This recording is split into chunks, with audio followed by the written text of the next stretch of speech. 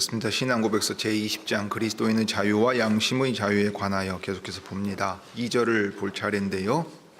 관련해서 신약성경 사도행전 4장 1절부터 22절, 특별히 이제 그 사내들인 공회에서 답한 후반부 부분을 보겠습니다.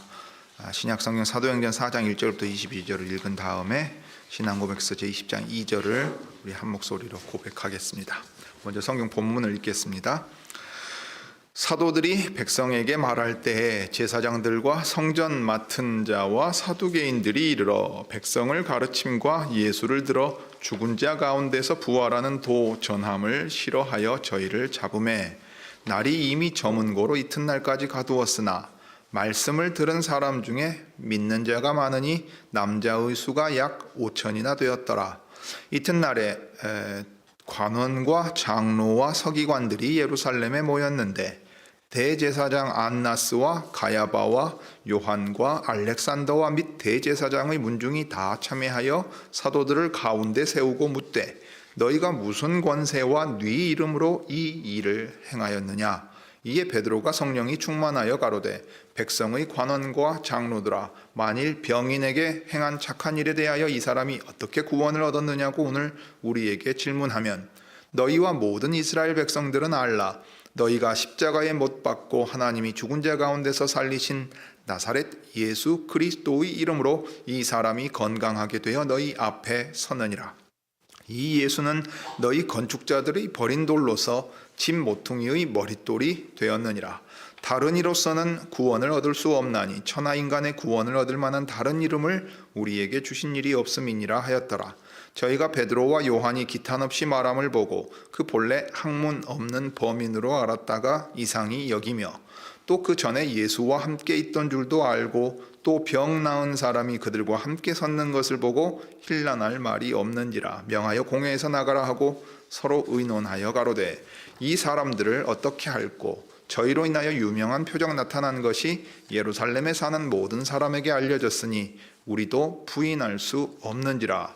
이것이 민간에 더 퍼지지 못하게 저희를 위협하여 이후에는 이 이름으로 아무 사람에게도 말하지 말게 하자 하고 그들을 불러 경계하여 도무지 예수의 이름으로 말하지도 말고 가르치지도 말라 하니 베드로와 요한이 대답하여 가로되 하나님 앞에서 너희 말 듣는 것이 하나님 말씀 듣는 것보다 옳은가 판단하라. 우리는 보고 들은 것을 말하지 아니할 수 없다 하니 관원들이 백성을 인하여 저희를 어떻게 벌할 도리를 찾지 못하고 다시 위협하여 놓아주었으니 이는 모든 사람이 그 된 일을 보고 하나님께 영광을 돌림이러라. 이 표적으로 병 나은 사람은 40여세나 되었더라. 자, 이제 우리 신앙고백서 제20장 2절을 같이 고백하겠습니다. 2절입니다. 오직 하나님만이 양심의 주이십니다. 하나님께서는 그 어떤 것에서든 그분의 말씀을 거스르는 사람의 교리와 계명들로부터 혹은 신앙이나 예배의 문제에서는 든 그분의 말씀에 덧붙여진 사람의 교리와 계명들로부터 양심을 자유롭게 하셨습니다. 그러므로 자기 양심을 따른다고 하면서 그러한 교리를 믿거나 그러한 계명에 순종하는 것은 진정한 양심의 자유를 저버리는 일입니다. 맹신이나 절대적인 맹종을 요구하는 것은 양심의 자유뿐 아니라 이성도 파괴하는 일입니다. 자, 사랑하는 교회 여러분, 우리가 이제 웨스트민스터 신앙고백서 20장 2절을 보려고 합니다. 아주 강렬한 문장이 제일 처음에 딱 나옵니다. 오직 하나님만이 양심의 주님이시다 하고 말하는 겁니다. 교황이 이제 소환했을 때 루터 선생이 그 앞에 나가기 전에 주님, 제가 여기에 섰습니다. 저를 도와주옵소서라고 말한 건 아주 유명합니다. 그래서 루터 선생을 연구한 책 제목 가운데 Here I stand, 주님 제가 여기 섰습니다, 이런 제목으로 책 제목을 삼은 저자도 있었습니다.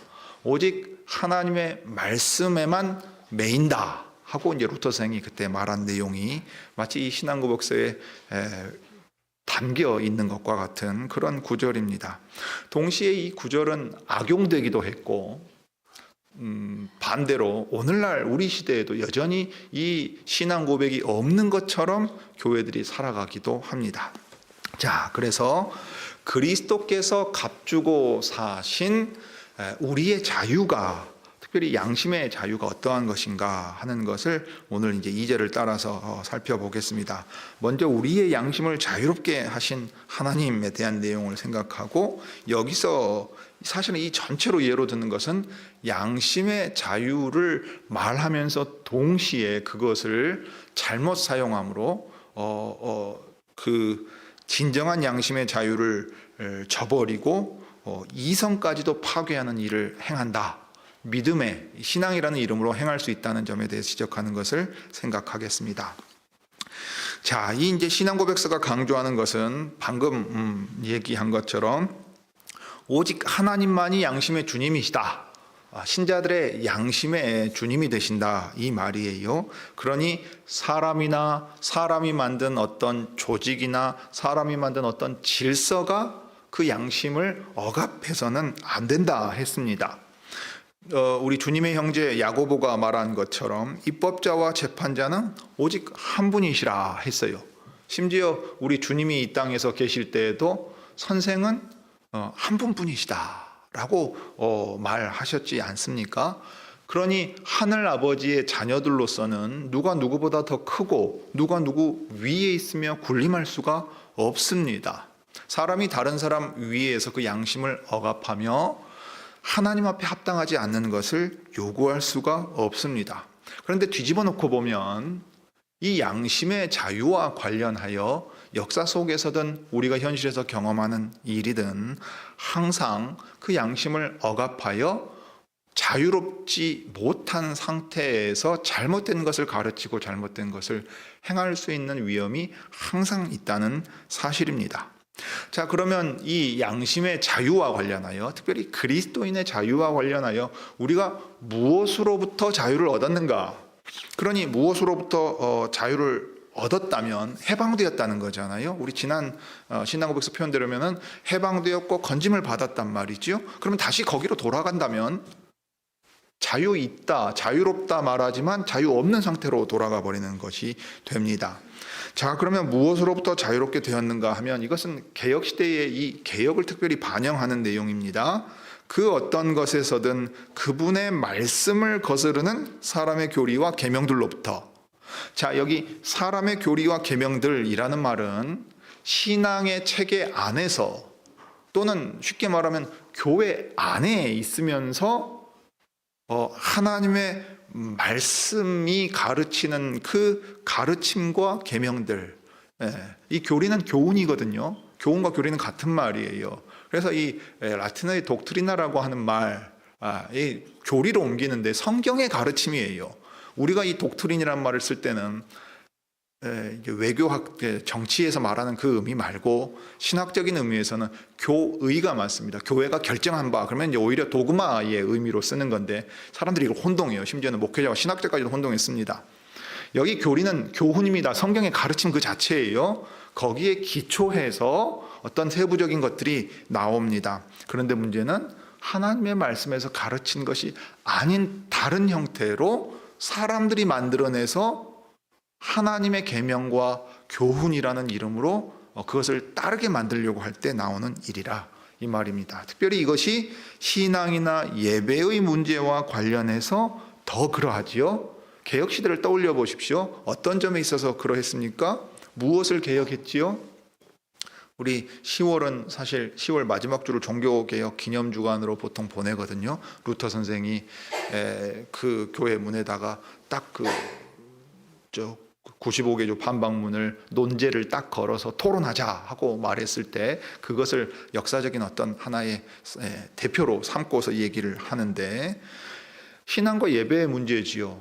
교황이, 사람이 신자의 양심을 억압해서 이 교리와 계명을 만들어내고 그것을 지키지 않으면 교회에서 쫓아내고 파문하는 것 아니겠습니까? 우리 식으로 말하면 출교시키고 그 동네의 묘지에도 묻힐 수 없고 신자도 아니라고 모든 권리를 박탈시켜 버리는 그 권한을 남용하는 일들이라든가, 그리스도의 십자가에서 죽으신 그 죽으심을 여기 성찬상에서 사제가 축성하면서 재현한다고 말하는 그 일, 그러니까 사제 이 제사장이 그리스도의 속죄 제사를 반복해서 드리는 그 일, 그게 예배가 된다 그랬을 때 이것이 진정한 참된 예배냐, 하나님의 말씀에 합당하냐.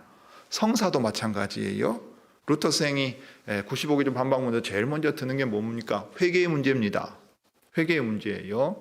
라틴어로 번역하면서 고해성사하라, 파이니텐치아를 쓴단 말이에요. 그 고해성사에 해당하는 단어를 쓰는데 실은 회개하라, 돌이켜라 하는 말이거든요. 그럼 신자의 삶은 날마다 돌이키고 회개하는 삶이어야 된다. 고해성사를 가리키는 게 아니라 했어요. 칠성례, 칠성사가 주님이 직접 세우신 성사가 아니라 사람의 교훈으로 만들어낸 거다. 그러면 어떻게 하느냐? 주님이 직접 제정하신 것만을 인정한다. 그게 하나님의 말씀에 따르는 거다. 무엇입니까? 세례와 성찬, 두 가지만을 거룩한 예식으로 삼는다. 자, 그 다음에 교회의 직분자는 무엇을 하는 사람인가? 제사 드리는 사람인가? 아니다. 제사는 그리스도께서 드리셔서 완전히 이루셨다. 그러면 그는 무엇을 하는 사람인가? 그리스도께서 주의 날에 당신의 회중을 위하여 주님의 말씀을 가르치고 양무리를 살피라고 목자로 세운 사람이다. 대표적으로 에베소 4장을 들면 목자와 선생으로 세운 사람이다. 선생으로서 이 목자 역할을 감당하는 사람이다. 완전히 직분이 바뀌지요. 그러니까. 그 다음에 이 로마 교회에서 말하는 부제 같은 경우 사제를 돕는 사람이 아니라 집사직분, 구제와 긍휼과 자비사역을 하는 사람으로 바뀝니다. 교회는 장로들이 회의체를 이루어서 가게끔 그 교회의 통치하는 방식도 변화를 맞이합니다. 이 모든 것들이 다 신앙이나 예배의 문제에서 하나님의 말씀에 덧붙여진 사람의 교리와 계명들에서 자유를 얻고 도리어 하나님의 말씀이 가르치는 대로 행하기 위하여 개혁한 거예요. 그러면 그 내용의 핵심에 무엇이 들어있습니까? 신자 개개인의 주인이 되시는 분이 누구냐? 그리스도시다. 그리스도시다. 그리스도께서 말씀으로 그 양심의 빛을 비추고 성신께서 자유롭게 하심으로써 자유롭고 기쁘게 각 사람이 말씀에 동의하여 여기 하나의 교회를 이룬다고 하는 놀라운 이야기를 하였습니다. 여러분, 이것은 정말 대단히 놀라운 얘기입니다. 세상에서 이런 형태의 정치를 구현할 수가 없습니다. 국가예요. 한 국가가 통치를 하려고 할 때 항상 거기에 뒤따라가는 것은 이 권력, 힘의 문제입니다. 권위에 권력이 부여되어 있는데 그 권력은 항상 권한 남용돼요. 그 다음에 그 힘으로 누르고 가지 않으면 사실 각 개인이 자유롭게 내버려 두면 어떤 근대의 영국 철학자의 말처럼 만인에 의해 만인이 투쟁 상태로 들어갈 수밖에 없어요. 오늘날 우리가 인터넷에서 보는 겁니다. 다 자기 할 말하고 자기 마음대로 가버려요. 그러니까 최소한의 질서를 부여하기 위해서 강제력이 동원되는 것이고 그때는 양심을 억압하는 문제가 됩니다. 그리고 반대로 양심의 자유라는 이름 아래 이 개혁을 거치면서 양심의 자유를, 개개인이 양심의 자유를 획득했다는 것은 이 세속 사회에서, 그 다음에 이게 법이라든가 헌법 안에 정신으로 들어갈 때는 엄청난 혁명인데요. 그것을 정당하게 사용하느냐 그러면 또 그렇지도 않단 말이에요. 자, 그런 것을 생각해 보면 우리가 이제 사도행전 4장을 읽었는데 4장에서 나오는 바로 그 얘기입니다. 3장에서 요한과 베드로가, 사도가 미문 앞에, 성전 미문 앞에 앉아 있는 그 장애인을 일으켰어요. 나이가 40여 세 되었다 그러니까 아주 오래도록 걷지 못한 사람 아닙니까? 성전 미문이면 아름다운 문이에요. 아름답다고 해서 붙여진 이름입니다. 장식도 잘 돼 있던 문이에요. 그런데 그 아름다움과 가장 대조적으로 있던 사람이요, 성전에 들어가지도 못하던 사람입니다.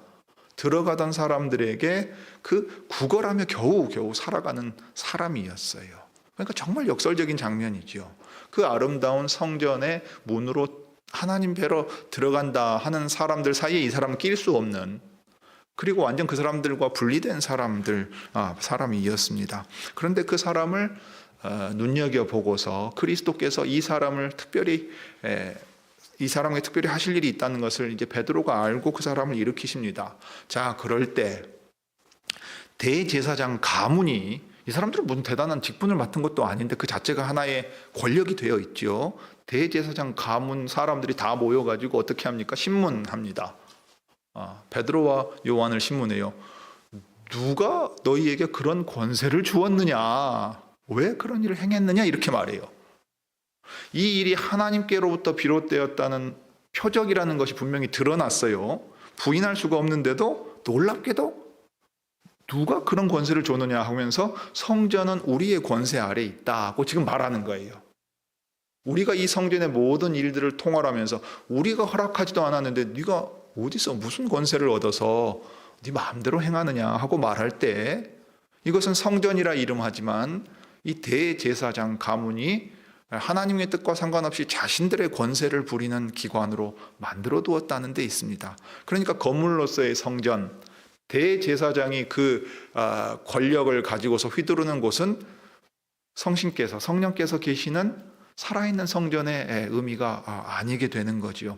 왜냐하면 이 성령께서 함께 하시면서 말씀하게 하신 사람은 대제사장이 아니라 누굽니까? 베드로입니다. 성령께서 감동하게 하셔서 말하게 한 사람은 바로 베드로라고요. 그래서 성령께서 그들 가운데 계세요. 그러니까 그들이 살아있는 성전이요, 하나님께서 함께 하시는 기관이고, 저건 이제 무너져 내릴 것입니다. 그런데도 그들은 자신들이 이 권위를 독점하고 사람들 위에서 군림할 수 있는 존재라고 생각하고 있는 게 나타납니다. 자, 그럴 때 양심의 자유는 어떤 형태로 나타나느냐? 우리가 사람의 말을 듣는 것이 합당하냐, 하나님 말을 듣는 것이 합당하냐? 판단해보라. 그러니까 이 양심의 자유라 그럴 때는 하나님의 말씀이 명백하게 가르치는 바를 스스로 믿음이랑 신앙이라는 이름 아래, 교회라는 이름 아래 잘못 행하고 있을 때 거기에 대하여 이것은 하나님 앞에 옳지 않다라고 말하는 것이라 이 말입니다. 사실 프로테스탄트는 여기서 나왔습니다. 선제후들이 황제에 대하여 반발하여서 이 저항할 때는 하나님의 말씀 듣는 것이 사람 말을 듣는 것보다 옳기 때문에 하나님 앞에 합당한 일을 행해야 된다는 양심의 자유를 따라 행한 일에서 비롯되었습니다. 내가 거기에 동의하지 않으니까 나는 그렇게 안 하겠다는 의미에서 프로테스트한 게 아니란 말이에요. 하나님의 말씀이 그렇게 명하기 때문에 나는 이렇게 행하지 않을 수 없다 하는 거예요. 선제후들도 그랬고 루터 선생도 그렇고 갈뱅이나 다른 모든 종교개혁자들과 이름 없이 자기의 재산도 다 버려두고 저 프랑스에서 제네바로 피난 간 사람들도 동일했다 이 말입니다. 그래서 5장에도 보면 이제 비슷한 내용이 또 들어 있습니다. 그러니까 우리가 여기 사람의 교리와 계명들로부터 그리스도께서 자유를 값주고 사셔서 양심의 자유를 주셨으니까 다시 거기로 돌아가서는 안 돼요. 그런데 끊임없이 우리는 이렇게 하는 부패한 성향을 가지고 있습니다. 그러면 이러한 일이 신앙의 이름으로, 교회의 이름으로 어떻게 행해집니까? 대체로 교회의 직분자들의 타락과 부패에서 시작됩니다. 그러니까 오늘 체드원 딕소르는 자기 책에서 이런 얘기를 했어요. 하나님의 말씀이 가르치는 바를 따라서 얘기하는 건데, 목자와 선생된 이들, 교회의 직분자면 대표적인 직분자 아닙니까? 주의 형제 야고보도 사실 선생된 이들에 대하여서 가장 먼저 경고를 한 이유가 또 여기에 있습니다. 그러니 목자와 선생된 이들이 먼저 주의를 해야 하고, 우리가 또 생각해야 될 것이 있어요. 바울이 이제 고린도 교회에 얘기한 것처럼 너희는 값으로 사신 것이니 사람들의 종이 되지 말라고 말합니다.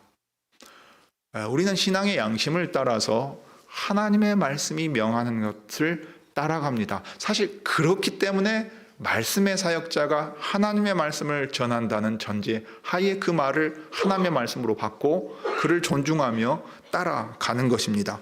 그런데 우리가 오늘날 얼마나 그렇지 않은 일들을 많이 봅니까? 그렇다면 이것은 오늘 신앙고백서가 얘기하는 대로 그리스도께서 우리의 양심을 자유롭게 하셨는데 스스로 사람이 종이 되는 자리로 들어가는 일이 되어버린다 이 말입니다. 자, 여기 이제 제드 반 딕슨이 지적하는 점이 있습니다. 실제 우리 교회에서 잘 나타날 수 있는 얘기예요. 사람의 조언을 하나님의 말씀과 같은 등급으로 두려는 경향이 우리 안에 널리 퍼져 있습니다. 자, 이 점은 개혁교회도 마찬가지예요. 어떤 이름을 가지고 있든 스스로 속기 쉬워요. 제가 목사입니다만은 항상 주의하는 게 있습니다. 여러분, 우리는 기본적으로 의존하려는 성향이 대단히 강합니다. 어떤 어려운 문제를 만나면 선택해야 하잖아요. 근데 그 선택을 누군가가 대신해 주기를 바라면서 책임도 떠넘기려고 합니다. 그러면 쉬우니까요. 우리는 기도도 그렇게 합니다. 하나님 이거 결정해서 해 주십시오. 저는 못하겠습니다. 근데 그런 기도에 하나님이 우리가 원하는 방식으로 응답하시던가요? 우리가 자녀 그렇게 키우던가요? 자녀가 자유롭게 선택해서 훈련 받게끔 하지 않고 자녀의 선택을 부모가 대신하는 순간 어떻게 됩니까? 자녀는 아무것도 못하는 로봇처럼 큽니다. 그런데 우리는 책임지기 싫은 마음에 하나님께 떠넘기고 다른 사람에게 떠넘기려고 해요.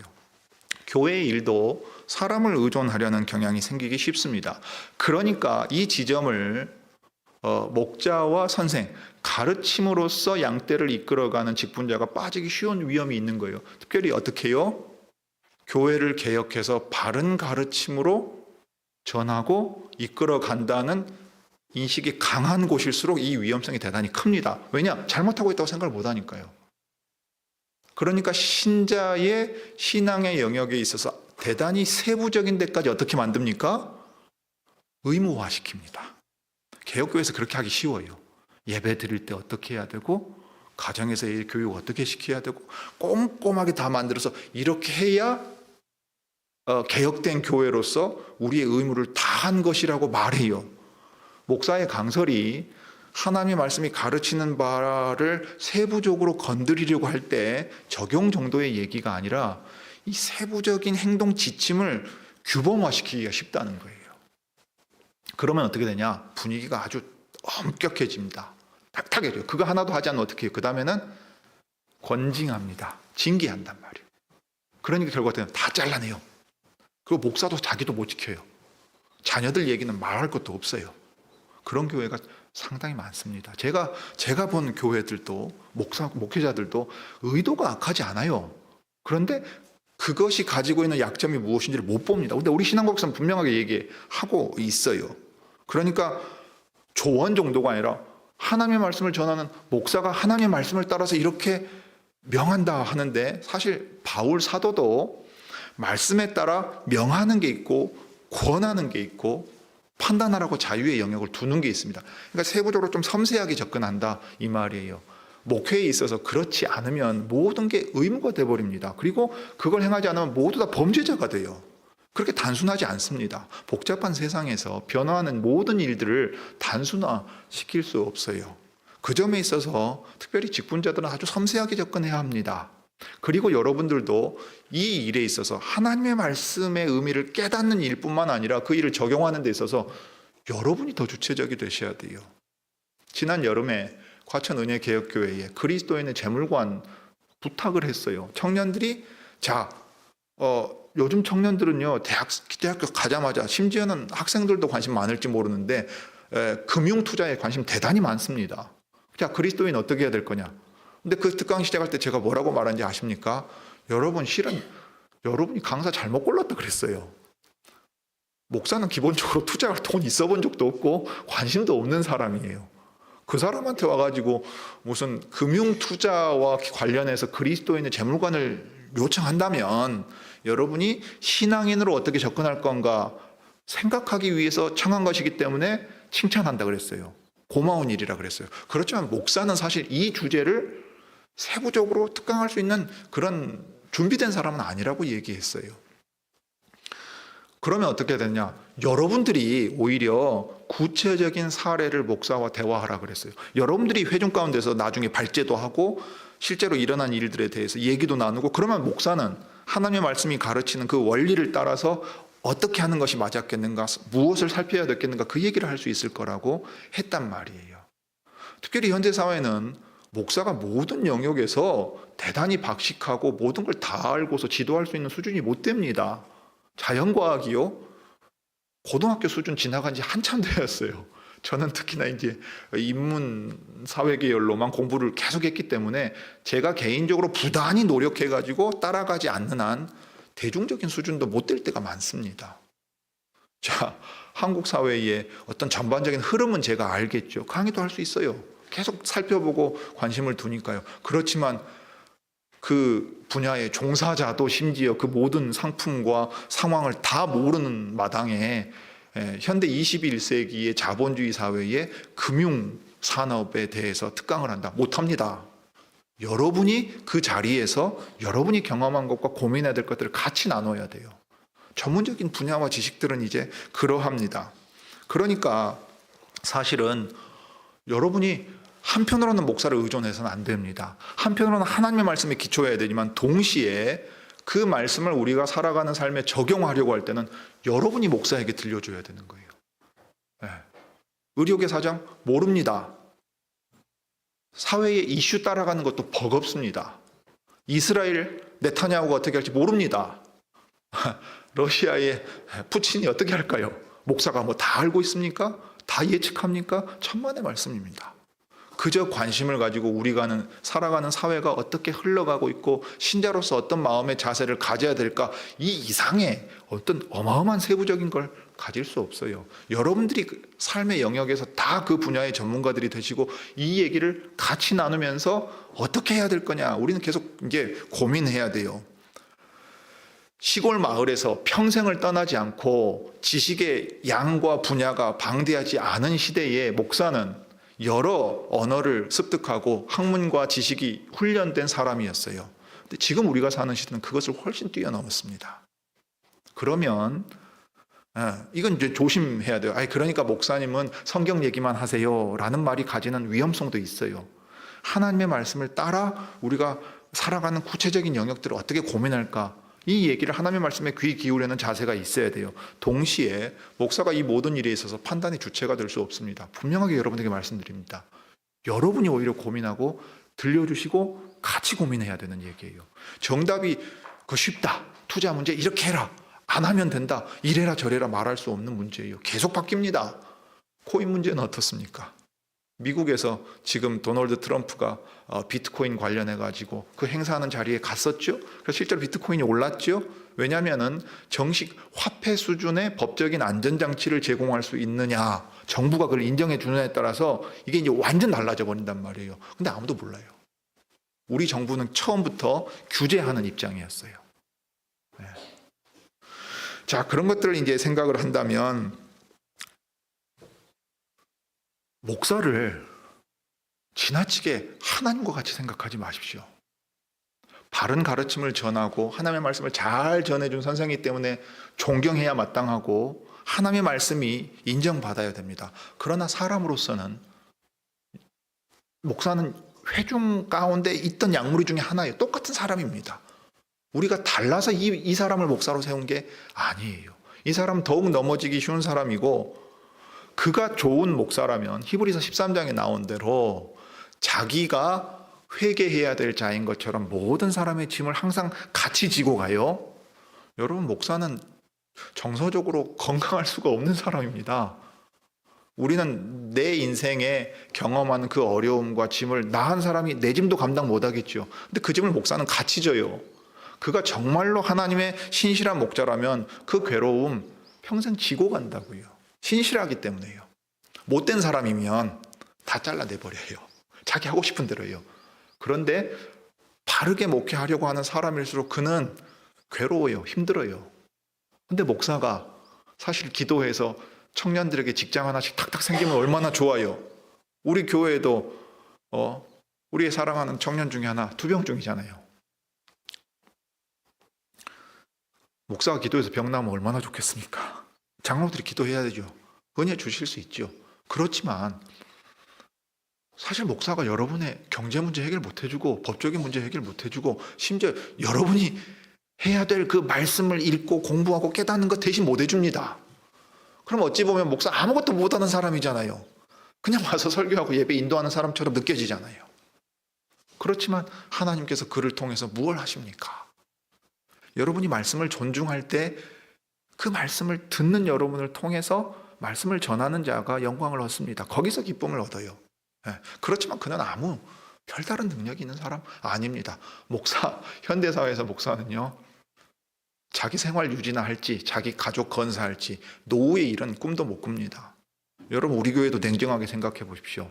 지금 목사가 지지해가지고 교회가 유지될까? 외적인 여건만 보면 우리 장담 못 합니다. 10년 뒤에 장담 못 해요. 목사 청빙하는 거 이전에 지금 있는 목사 지지해서 이 교회 갈 수 있나? 누가 장담합니까? 여러분, 목사도 갑갑합니다. 목사는 노후에 대한 생각 자체가 없는 사람이에요. 여러분은 투자한다, 뭐 한다 생각이라도 하지만 목사는 애초에 그 개념이 없어요. 죽게 막혀놓고 사는 사람입니다. 세상 사람들이 볼 때, 심지어 안 믿는 가족이 볼 때, 뭔 저런 녀석이 다 있나? 나이가 50대가 돼가는데 가족 먹여 살리고 노후 보장에 대해서는 아무 생각도 없고 경제적인 데 대해서는 아무 능력도 없다. 저런 무능력한 존재가 어딨냐? 제가 듣는 말이라고요. 제가 수십 년 동안 듣는 말이에요. 그런데 무엇에서 힘을 얻고 무엇이 그의 사역의 보람이겠습니까? 주님의 말씀이 여러분을 자유롭게 하고 자유롭고 기쁘고 즐겁게 말씀에 순종함으로써 주님이 다스리시는 일을 나타낼 때 그렇습니다. 목사라고 하는 사람을 존중하는 게 아니고 목사를 통해 증거되는 하나님의 말씀을 존중함으로써 그 일이 드러납니다. 자, 그래서 정말 좋은 목자들은 죄악된 인간의 이런 경향을 너무도 잘 알고 있습니다. 그래서 행여 자신이 자기 양무리를 조정하려 하진 않을까, 자기를 돌보는 사람들을 지배하려 들게 되지 않을까 늘 주의를 기울이고 여기서 여차 잘못하면 바로 이 자리에 떨어집니다. 제가 출판계에 있을 때 얘기해요. 한국 개신교 출판계가 왜 그냥 다 망한 줄 아십니까? 목사들이 이 위험을 못 보고 여기에 다 걸려 넘어지니까 그 유명해진 사람들 이야기로 책을 팔았던 출판사도 동시에 망했습니다. 그런데 반성이 없어요. 제가 아는 한 목사님은요, 지금 3만 명 넘어간 목사일 겁니다. 이제 은퇴도 앞두고 있지요.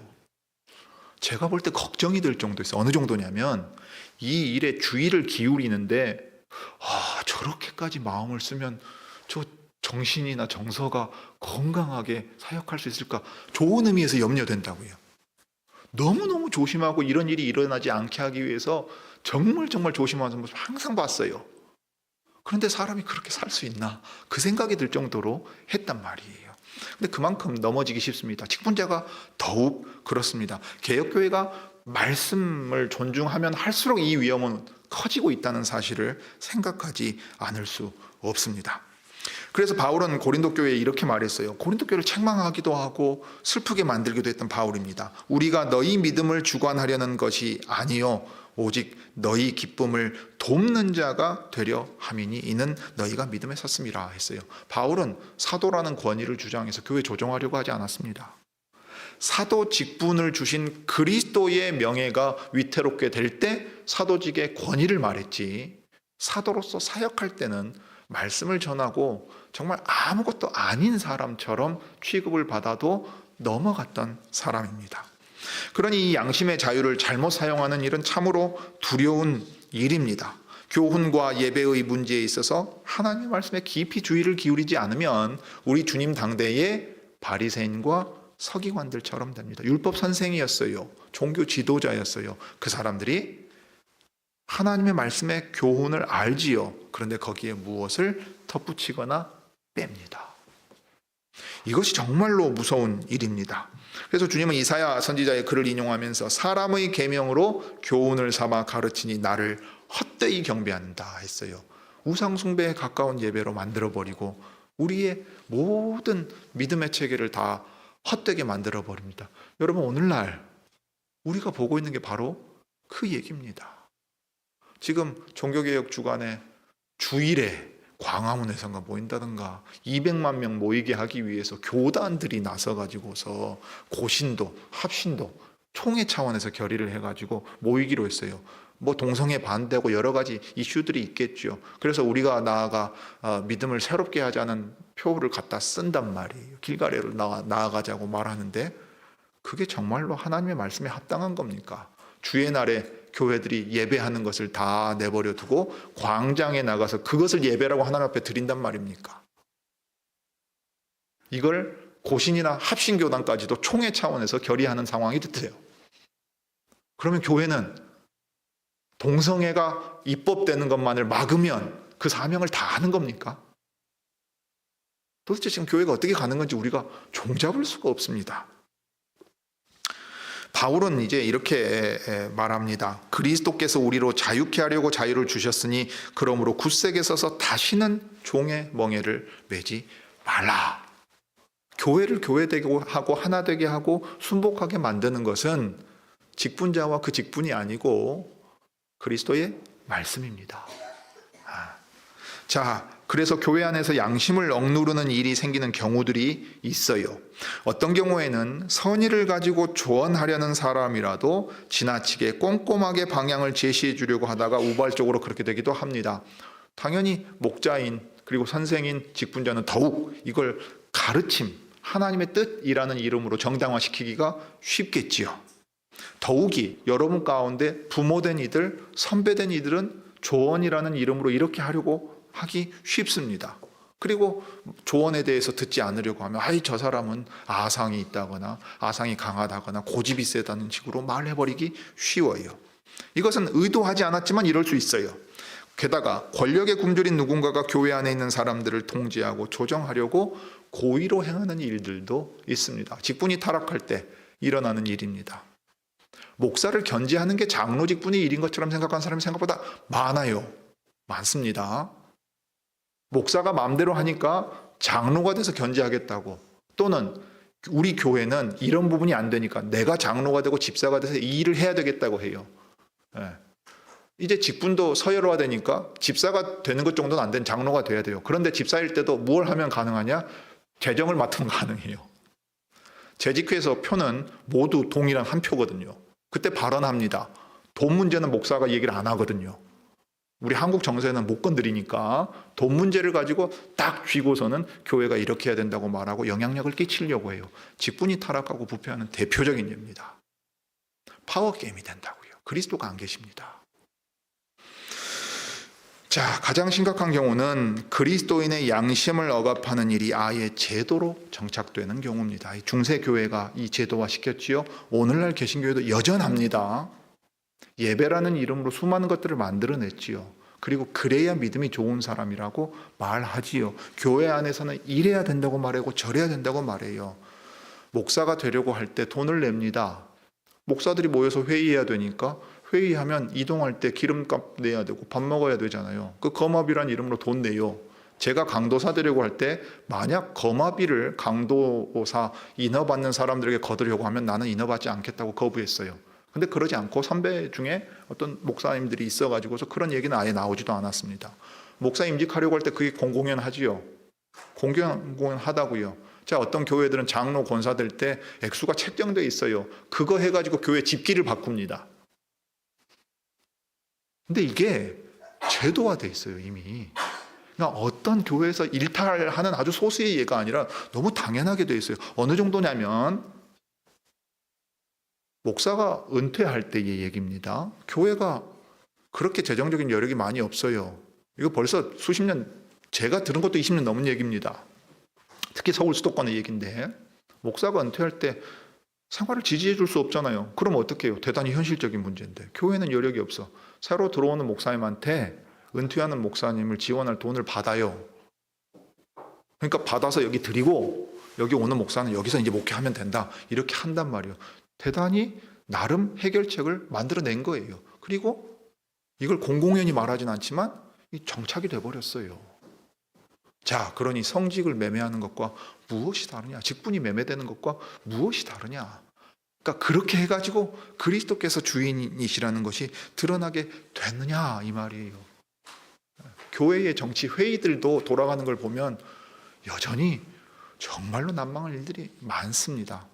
그런 의미에서 우리가 개혁의 정신을 이어받아서 계속 개혁해 가야 되겠다 하는 이름으로 우리는 개혁교회를 가지고 있습니다. 그러면 우리는 그런 위험에 빠지지 않겠는가 하면 누구도 장담하지 못해요. 우리가 바른 가르침을 가지고 있으니까 성도들의 모든 삶의 세부적인 것까지 다 규율한다고 생각해요. 다 규율한다고 생각해요. 그리고 권징을 잘못하면 매우 엄격하게 시행하면서 남발할 수 있어요. 가르치는 목사에게 과도하게 모든 게 집중될 수도 있어요. 그런데 목사는 개인으로서, 사람으로서 그 감당 못합니다. 감당 못합니다. 우리 자매교회와 우리의 문제가 실은 여기서 시작되었습니다. 양심의 자유가 무엇인가, 우리는 하나님의 말씀에 비추어서 우리가 이것을 어떻게 구현해야 되겠는가 계속해서 고민해야 될 아주 중요한 주제가 되겠습니다. 이어서 또 계속 보시도록 하지요. 기도하겠습니다.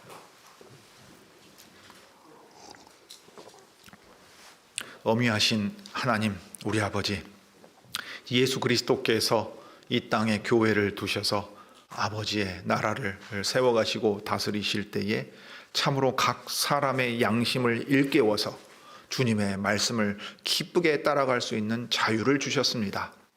이 자유로 말미암아 우리가 스스로 서로를 섬기는 종이 되고 하나님 앞에 종이 되어서 하나님 앞에 옳은 일을 모두 다 옳다 인정하여 나아가게 하셨습니다. 사람의 권위나 힘이 우리를 하나 되게 묶거나 유지시켜 주는 것이 아니고, 그 누구도 그 자리에서 그럴 만한 그 지혜와 분별력과 힘을 가지고 있지 않음은 우리가 경험한 바로도 명확합니다. 주님, 특별히 말씀을 맡은 직분자가 이 일에 있어서 과도하게 자신의 권위를 주장하거나 또 스스로를 높이는 경향이 너무도 많고 여기에 너무도 연약한 저희들인 것을 고백하오니 주여, 항상 자기를 살피고 돌아보되 이 직분이 하나님께서 맡기신 권위 아래서 정당하게 시행되게 하시고, 이 정당한 권위에 대하여 저희가 존중하는 가운데 주님의 말씀이 빛나고 드러날 수 있게 저희를 인도해 주시기를 구합니다. 동시에 서로가 서로의 양심의 자유를 억압하는데, 그래서 사람이 생각하는 바 어떠한 것들을 주장하는 자리에 이르지 않게 저희들이 말과 혀를 주의하게 하시고, 주님, 특별히 교회가 하나님 말씀에 합당한 또 실천 방안들을 고민하면서 복잡다단한 현대사회 속에서 주님의 뜻을 행하기에 애쓰는 저희들이 되게 해 주옵소서. 주 예수님의 이름으로 기도드립니다.